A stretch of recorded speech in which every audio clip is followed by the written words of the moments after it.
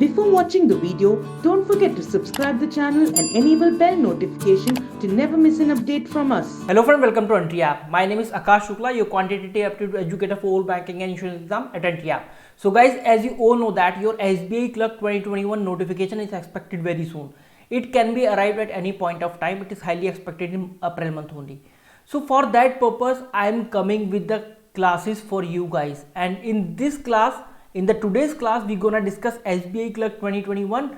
To target SBI Clerk 2021, basically the quantitative aptitude questions. These will be the most expected questions, and you know I have considered all the previous year questions so that you can know ki what is the exact level of the question being asked in the examination. So अब देखते हैं कि भाई वो question किस तरह से solve हो सकते हैं, और हाँ आई विल ट्राई कि हर एक क्वेश्चन मैं आपको शॉर्ट ट्रिक से या फिर एक बेस्ट मेथड से सॉल्व करके दिखाऊं in this session only. Okay guys, but before starting the session मैं आपको एक बात बता दूं, अगर आपने एंट्री ऐप डाउनलोड नहीं किया है तो एंट्री ऐप डाउनलोड कर लीजिए, because Entri app is providing you free of cost mock test, sectional test, topic wise test, और फ्री ऑफ कॉस्ट आपको मिलेंगे वीडियो लेसन्स भी. सभी बिगिनर लेवल के लिए, अगर आप बिगिनर लेवल पर हैं तो आप वीडियो लेसन के साथ जाएं एंड देन मॉक टेस्ट और सेक्शन टेस्ट के साथ जाएं. और अगर आप एडवांस लेवल पर हैं तो मॉक टेस्ट भी तो देखो मॉक टेस्ट किस तरह से दिए हुए हैं, प्रीलिम्स लेवल के दिए हुए हैं, प्रीलिम्स लेवल के, और उसके बाद अगर आप प्रीलिम्स लेवल क्वालिफाई कर जाते हैं तो फिर एडवांस लेवल के मॉक टेस्ट दिए हुए हैं एंड देन मेंस लेवल के मॉक टेस्ट दिए हुए हैं. ठीक है, और सेक्शनल टेस्ट भी इसी तरह से दिए हुए हैं. तो दोस्तों फ्री ऑफ कॉस्ट अपनी प्रिपरेशन अभी स्टार्ट कीजिए. लिंक जो है डिस्क्रिप्शन फील्ड में मिल जाएगा. फ्री ऑफ कॉस्ट आप प्रिपरेशन स्टार्ट कर सकते हैं. And if you want to get the PDF of this session and if you want to ask anything from me, then you can also connect with me on my WhatsApp number. ये वाला WhatsApp number अभी नहीं चल रहा है, मैं अब नए वाला व्हाट्सअप नंबर दे देता हूँ. वो है 9927505959. ठीक है दोस्तों, इस नंबर पर आप मुझसे कनेक्ट भी हो सकते हैं.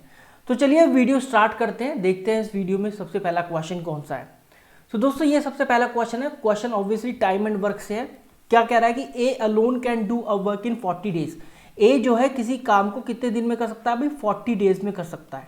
ठीक है, और फिर क्या दे रखा है, ratio of efficiency of B and A दे रखा है. तो बी और ए की जो रेशियो है इफिशियंसी का वो कितना दे रखा है, 5:4 दोस्तों. ठीक है, ये क्या है, ये है इफिशियंसी.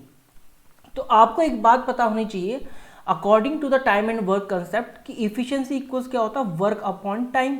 और वर्क जो है वर्क कांस्टेंट होता है या फिर वर्क जो है हमेशा सेम होता है, चाहे वो ए के द्वारा किया गया हो या फिर बी के द्वारा किया गया हो, क्योंकि यहाँ पर एक ही वर्क की बात हो रही है. ठीक है, तो इस वजह से ये क्या, ये कांस्टेंट हो जाएगा. तो आप कह सकते हैं इफिशियंसी जो है is inversely proportional to time. ठीक है, तो जो इफिशियंसी का रेशियो है उसका जो उल्टा रेशियो हो जाएगा वो क्या हो जाएगा, टाइम का रेशियो हो जाएगा 4:5. यानी कि ए की इफिशियंसी 4 है और बी की इफिशियंसी अगर 5 है तो ए उस काम को करने में 5 दिन लेगा और बी उस काम को करने में 4 दिन लेगा. लेकिन according to the question A is taking 40 days to complete that particular type of work, और यहाँ पर 5 है. तो 5 is equal to what guys, 40. तो 1 की वैल्यू कितनी होगी, 8 होगी ऑब्वियसली. अगर 1 की वैल्यू 8 है तो B will complete that piece of work in how many days, 4 × 8 means 32. और 5 जो है कितने टाइम, जो ए जो है कितना टाइम ले रहा है, वो 40 दिन ऑब्वियसली ले ही रहा है.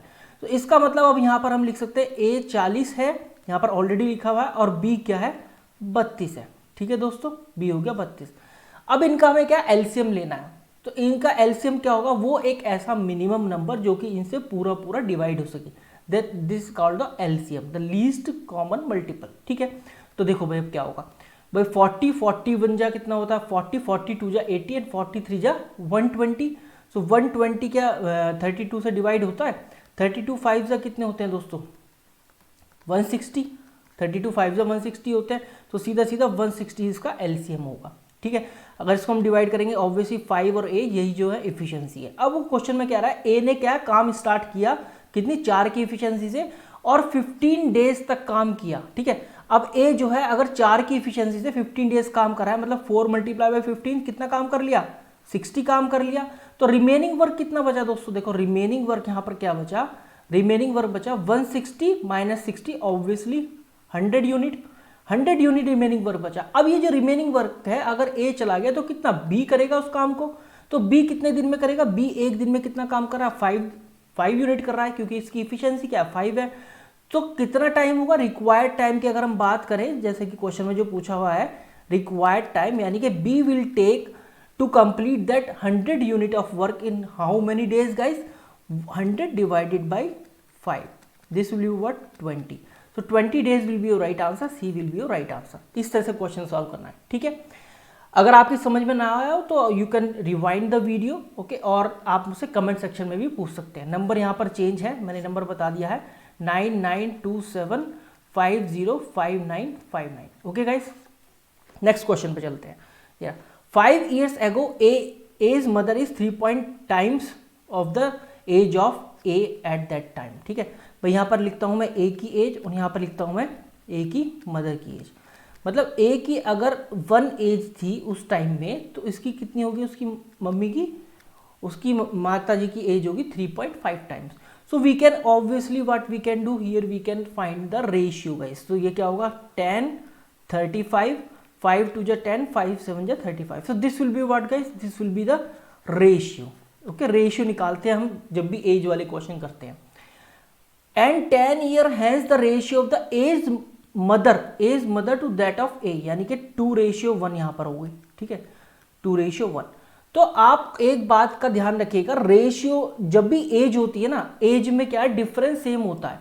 मतलब आज अगर उसकी माताजी 25 साल की हैं और वो 15 साल का है, ठीक है, या 10 साल का है, तो यहाँ पर डिफरेंस कितना हो गया दोस्तों, यहाँ पर डिफरेंस हो गया 15 ईयर्स का। तो अब से 5 साल बाद, मतलब अब से 5 साल बाद ये होंगे 30 के और ये होंगे 15 के, तो इनका डिफरेंस कितना होगा 15।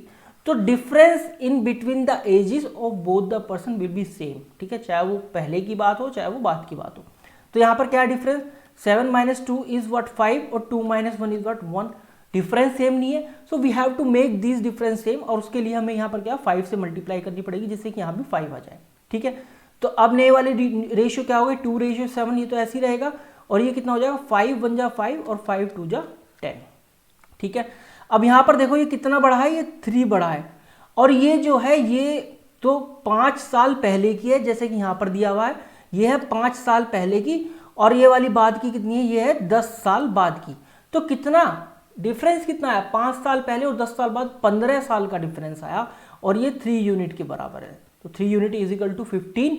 सो 1 यूनिट, यहां से 1 unit will be equal to what guys 5 obviously.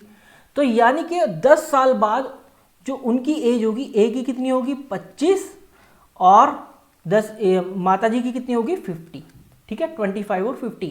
वो कह रहा है कि sum of the present age of A and his mother. तो प्रेजेंट एज का सम क्या होगा, प्रेजेंट एज क्या होगी, अगर ये 10 साल बाद की है तो इसमें से 10 माइनस कर दो 15, इसमें से 10 माइनस कर दो 40। तो 40 + 15 is equal to 55 years will be your right answer, ठीक है गाइस। नेक्स्ट क्वेश्चन की तरफ मूव करते हैं। ये क्वेश्चन पार्टनरशिप से बहुत इंपॉर्टेंट है, एसबीआई क्लर्क में बिल्कुल बनेगा एक क्वेश्चन तो एटलीस्ट पार्टनरशिप का। क्या दे रखा है कि ए और बी 2 लोग हैं, 2 लोग किसमें पार्टनरशिप में एंटर करते हैं, कितने रुपए से 10,800 and 18,900 rupees investment respectively by A and B. और उसके 6 मंथ बाद C also joint with an amount of 16200। Okay guys 16200, और at the end of the year, इसका मतलब A has invested this particular type of amount for the 12 months, B has invested this amount for 12 years, for 12 months, and C has invested this amount for 6 months only. So guys, this is what this investment, आप हमेशा ध्यान रखिएगा for the partnership question, profit distribution जो होता है हमारा, profit distribution is nothing but what investment, ठीक है, कितना इन्वेस्टमेंट किया मल्टीप्लाई बाई टाइम पीरियड, ठीक है। इनका जो भी रेशियो आएगा उस रेशियो में जो है प्रॉफिट डिस्ट्रीब्यूट होगा among these 3 person.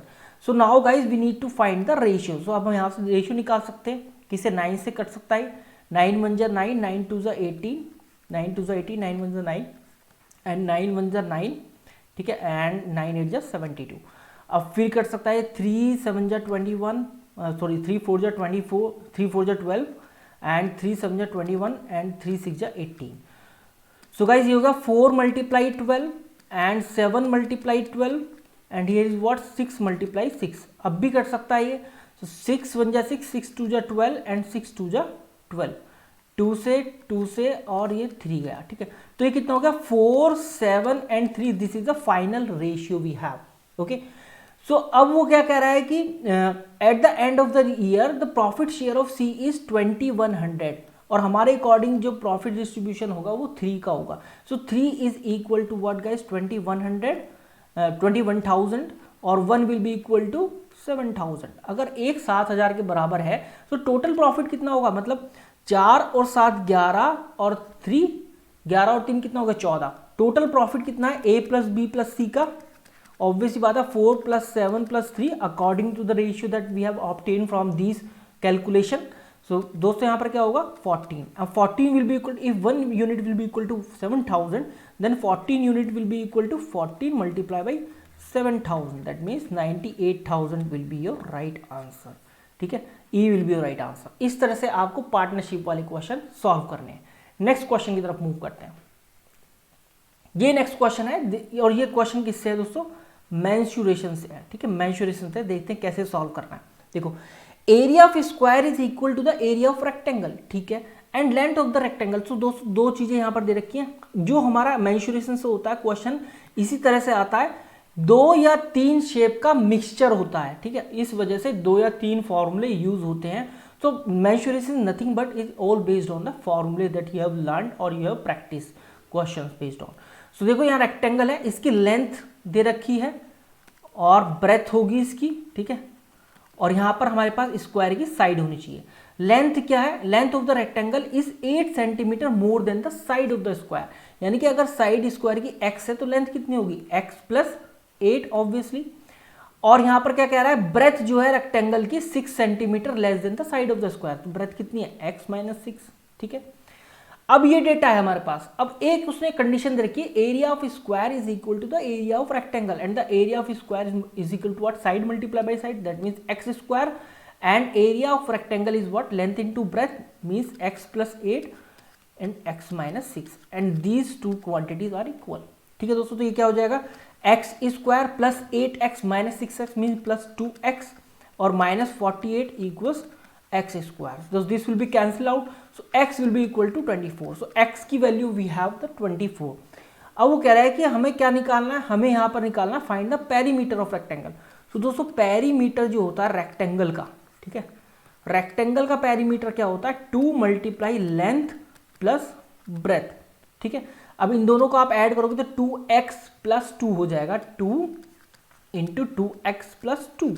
The value of x we have 24. So 24 multiplied by 2 is what, 48 plus 2 is 50 और 50 multiplied by 2 is what, 100, क्योंकि x की वैल्यू क्या है यहाँ पर 24.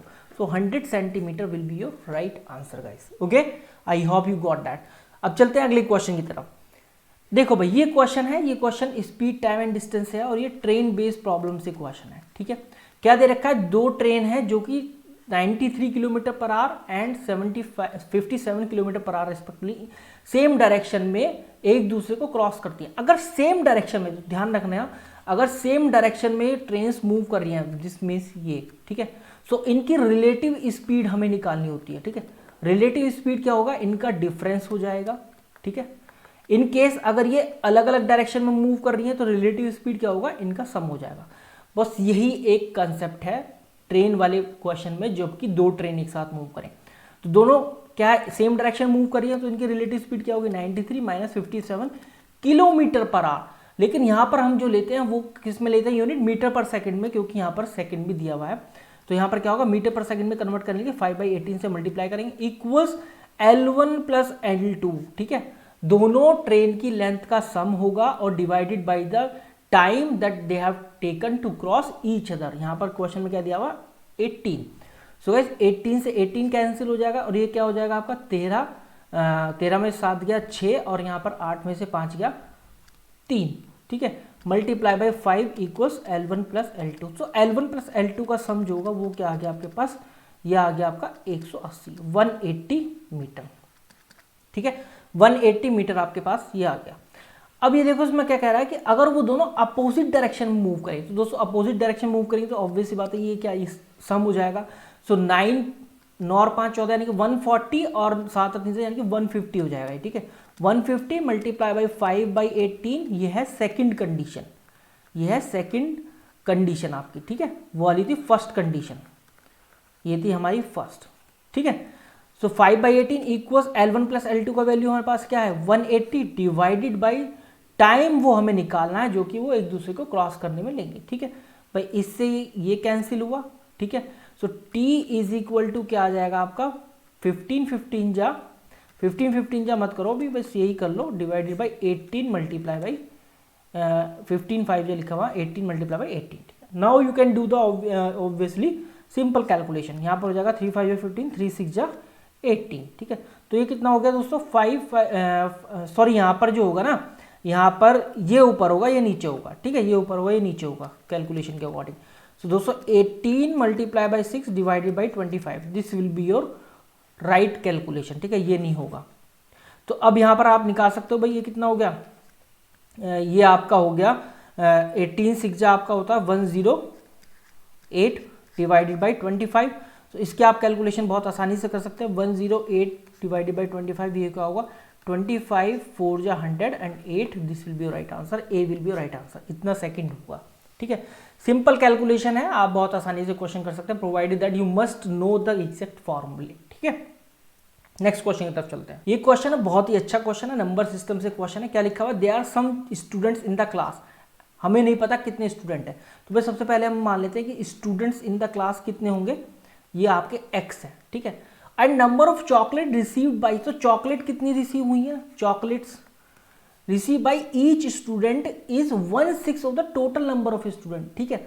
इसका मतलब क्या है टोटल चॉकलेट कितनी होगी x मल्टीप्लाई बाई x/6, ठीक है। मतलब ये वाले स्टूडेंट और इन लोगों ने हर एक स्टूडेंट ने क्योंकि इसका 1/6 पार्ट रिसीव किया है, तो टोटल नंबर ऑफ चॉकलेट कितनी होगी x मल्टीप्लाई बाई 1/6।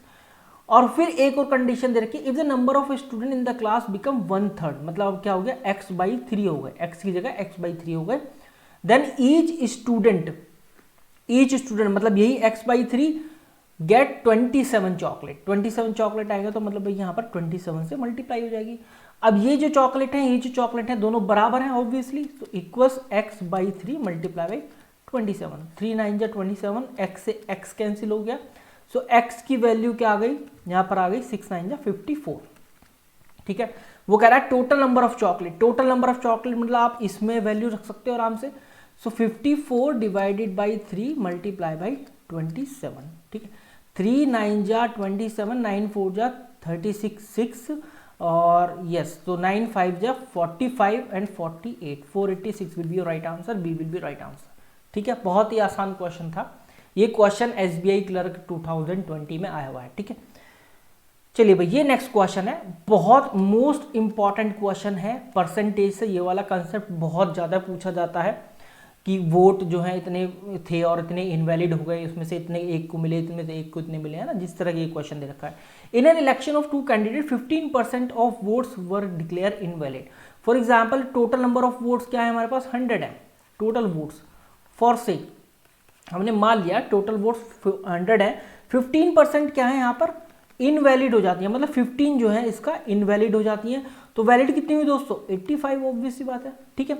अब इस वैलिड में से विनर को कितनी मिली, विनर को आपको मिली, विनर को मिली कितनी 60, और जो लूजर है उसको कितनी मिलेंगी, ऑब्वियस सी बात है 40, इसका 40%, 60% और 40% की बात करें तो 40% ऑफ 85 कितना होगा, देखो भाई ये हो गया 8.5, ठीक है, 8.5 दूनी हो गया 17, 17 दूनी 34 हो गया, तो 34 होगा इसका, ठीक है।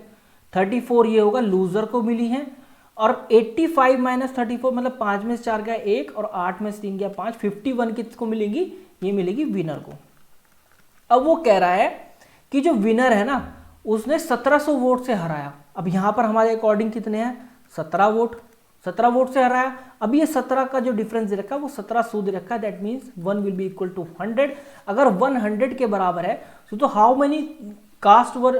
मेनी वोट्स पर कास्ट इन टोटल 100 हमने माना था, तो 100 यूनिट की वैल्यू कितनी हो गई, अगर 1 यूनिट की वैल्यू 100 है, 100 multiply by 100 that means 10,000 will be your right answer, A will be your right answer, ठीक है। नेक्स्ट क्वेश्चन में मूव करते हैं। देखो ये क्वेश्चन बहुत इंपॉर्टेंट है, सक्सेसिव परसेंटेज पर है, ठीक है, सक्सेसिव परसेंटेज का क्वेश्चन है, तो ये क्वेश्चन भी आ जाता है, ठीक है। प्रॉफिट एंड लॉस से क्वेश्चन है, ध्यान दीजिएगा कैसे करते हैं। देखो ए ने एक 20% प्रॉफिट पर एक वॉच जो है बी को बेची। So for example if the cost price of that watch is 100, for example हमने मान लिया, तो उसने बी को कितने में सेल की होगी, बी को सेल की होगी 20% profit, that means 120 rupees. So this is the cost price for B, okay. और बी ने क्या करा, बी ने सी को बेच दी with the 15% loss. So guys 15% of loss means -18 of this value, so 102। तो ये 102 क्या होगा, ये 102, ये यहाँ पर सी लिखा हुआ है, 102 होगा कॉस्ट प्राइस फॉर सी। अब वो कह रहा है कि सी ने कितना 2550 पे किया, तो 102 will be equal to 2550, then 1 will be equal to 2550 divide by 102, okay. अगर find at what price A sold watch to B, A ने कितने को बेचा, 120 रुपीज में बेचा था, तो the value of 120 will be equal to what guys, 2550 divided by 102 multiply by 120, okay. Now we can do the easily calculation, 340, 3 3 जा 9, 3 4 जा 12, ठीक है, और 17 2 जा 34, और यहाँ पर क्या है 17 1 जा 17 और 17 5 85, 150 हो गया, ठीक है। और ये कितना हो गया 20।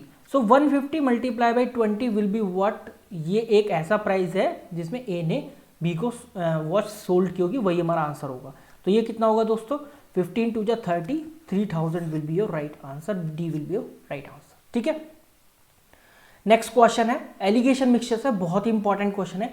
एक अलॉय है ए, एक अलॉय है बी, ठीक है, और एक अलग अलॉय बनाया जाता है, इसको मैं मान लेता हूं सी अलॉय बनाया जाता है, ठीक है। जिंक और कॉपर का रेशियो दे रखा है सब में, ठीक है। जिंक और कॉपर का यहाँ पर 1:1 दे रखा है, और एक सेकेंड अलॉय है जिसमें जिंक और कॉपर का रेशियो 3:5 दे रखा है, और एक नया अलॉय बनाया जाता है जिसमें जिंक और कॉपर का रेशियो कितना है, 2:3 होता है, ठीक है, ये होता है। तो इस तरह के क्वेश्चन को हम क्या, सबसे बेस्ट मेथड है एलिगेशन मिक्सचर से। कैसे, यहाँ पर जिंक की क्वांटिटी निकाल लो, यहाँ पर जिंक की क्वांटिटी निकाल लो, यहाँ पर जिंक की क्वांटिटी निकाल लो, और एलिगेशन रूल लगा लो। यहाँ पर जिंक की क्वांटिटी क्या होगी 1/2, यहाँ पर कितनी होगी 3/8, और यहाँ पर कितनी होगी 2/5। अभी फ्रैक्शन वैल्यू से बचने के लिए आप क्या करो, इन सबको 40 से मल्टीप्लाई कर दो। तो यहाँ पर मल्टीप्लाई 40 करोगे तो 20 हो जाएगा, यहाँ पर मल्टीप्लाई 40 करोगे तो यहाँ पर क्या हो जाएगा 15 हो जाएगा, यहाँ पर मल्टीप्लाई बाई 40 करोगे तो यहाँ पर 16 हो जाएगा। बस ये माइनस ये माइनस ये माइनस ये वो यहाँ पर आएगा -1, और ये माइनस ये वो क्या आएगा, वो यहाँ पर आएगा -4। सो 1:4 will be your right answer. ये एक ऐसा है जिसमें कि ए और बी को इस रेशियो में मिक्स किया गया होगा, एक अलग अलॉय, नया अलॉय सी बनाने के लिए, जिसमें जिंक और कॉपर का रेशियो 2:3 था। So 1:4 will be your right answer guys, C will be your right answer, okay. Next question आपके सामने, ये अब हम क्या नंबर सीरीज के क्वेश्चन के साथ डील करेंगे। मैं आपको नंबर सीरीज के क्वेश्चन करना सिखाऊंगा, किस तरह से आप क्वेश्चन एग्जाम में सॉल्व कर सकते हैं, how to approach the question and how to find the approach behind the question. So guys the question we have 13, 22, 36, 60, 99, ठीक है। अब आपको क्या है, आपको ऑब्जर्व करना है नंबर सीरीज के क्वेश्चन में स्लोप कैसा है। If the slope is increasing with a very rapid pace, बहुत तेजी से स्लोप बढ़ रहा है, तो उसमें क्या मल्टीप्लिकेशन का कंसेप्ट लगाना है। लेकिन यहाँ पर स्लोप बहुत तेजी से नहीं बढ़ रहा, बहुत आराम से बढ़ रहा है, तो हम क्या एडिशन का कंसेप्ट लगाएंगे। जैसे +39 कर दें, यहाँ पर क्या कर दें 7 और 2 9 कर दें, ठीक है। यहाँ पर क्या कर दें 14 कर दें, और यहाँ पर क्या कर दें आपका 24 कर दें, ठीक है। 24 कर दें, जब 60 आएगा। अभी कोई लॉजिक नहीं मिला तो फिर से एक बार करते हैं, 9 और 5 14, और ये कितना हो गया 10, ये कितना हो गया 15। सो अगला क्या होगा 5 10 15 मिल गया, देखिए लॉजिक +20। अभी आप इसको +20 करेंगे तो +59 हो जाएगा। ये कितना हो जाएगा 9 दूनी 18 का 8 कैरी 1, और 9 और 5 14 और 1 15, 158। सो 158 will be your right answer. इस तरह से नंबर सीरीज के क्वेश्चन फाइंड करने। और भी क्वेश्चन है, और भी लॉजिक पर क्वेश्चन है, ठीक है। ये रहा एक क्वेश्चन, ये रहा 5 16 49 148 और 445 क्वेश्चन मार्क, ठीक है भाई। यहाँ पर देखो ये सबका 3 गुना हो रहा है, ठीक है, सबका 3 गुना हो रहा है। 5 3 15, क्योंकि यहाँ पर बहुत तेजी से स्लोप बढ़ा है, 148 से 445 हो गया। तो सबसे पहले हम मल्टीप्लिकेशन का लॉजिक सोचेंगे। 16 3 48 49, ये 3 × 1 और ये 3 × 3 24, ठीक है। और ये फिर अगेन 3 मल्टीप्लाई 1।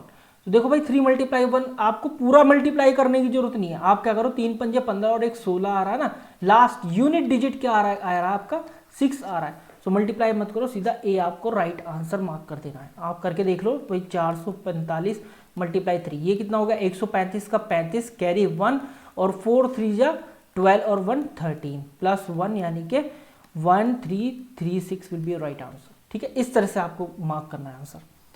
नेक्स्ट क्वेश्चन आपकी स्क्रीन पर 4 13 31 67 क्वेश्चन मार्क 283। ठीक है, यहां देखते हैं क्या लग सकता है भाई। ठीक है, अब ये देखो ये क्या है, अगर आप यहां पर इसको 4 और ये 9 होगा और ये कितना होगा 13 10 और 7 17 और 1 18। ठीक है, और ये कितना होगा 7 में से 1 गया 6 और 6 में से 3 गया 3। तो आप देखो 9 दूनी 18 18 दूनी 36 और 36 दूनी कितना होगा 72।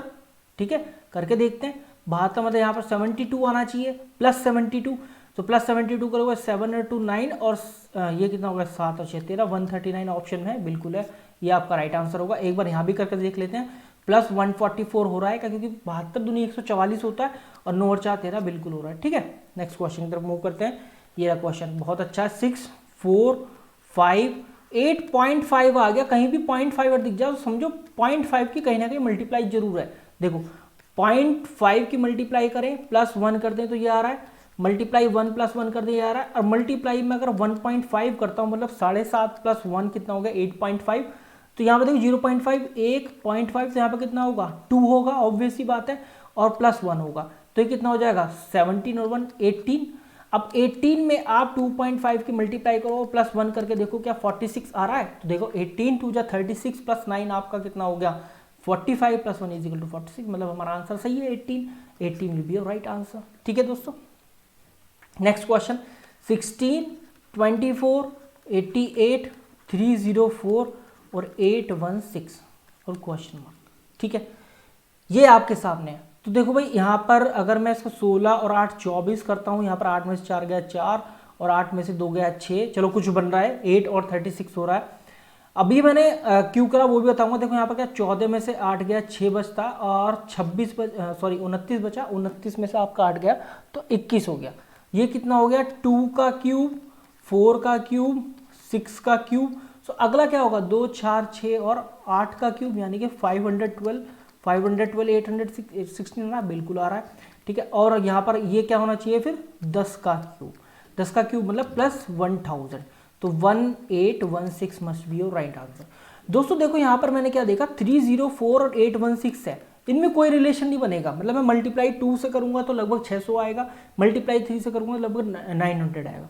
0.5 का मुझे कहीं इसमें लॉजिक नजर नहीं आ रहा, तो इस वजह से मैंने क्या करा, मैंने एडिशन का लॉजिक मैंने अपनाया। ठीक है, तो दोस्तों इस वीडियो में इतने रखते हैं। आई होप ये वीडियो आपको पसंद आया होगा। भाई अगर आप मेरे साथ व्हाट्सएप नंबर पे कनेक्ट होना चाहते हैं तो मेरा ये वाला नंबर नहीं, ये वाला नंबर है 9927505959। ठीक है, अपनी क्वेरीज अगर आप भेजना चाहते हैं, अपने सजेशन आप भेजना चाहते हैं, if you want to me to send this PDF to you on your WhatsApp number, then please connect with me on my WhatsApp number. So यही था वीडियो में, आई होप आपको पसंद आया होगा। प्लीज़ भाई लाइक जरूर कर दीजिएगा, शेयर जरूर कर दीजिएगा। अगर हमारे चैनल पर नहीं है तो please subscribe the channel also, because I will be coming some updates और सम क्लासेस और live classes on this channel only guys. Okay, so this is Akash Shukla signing off and good luck for the exam guys. Thank you very much.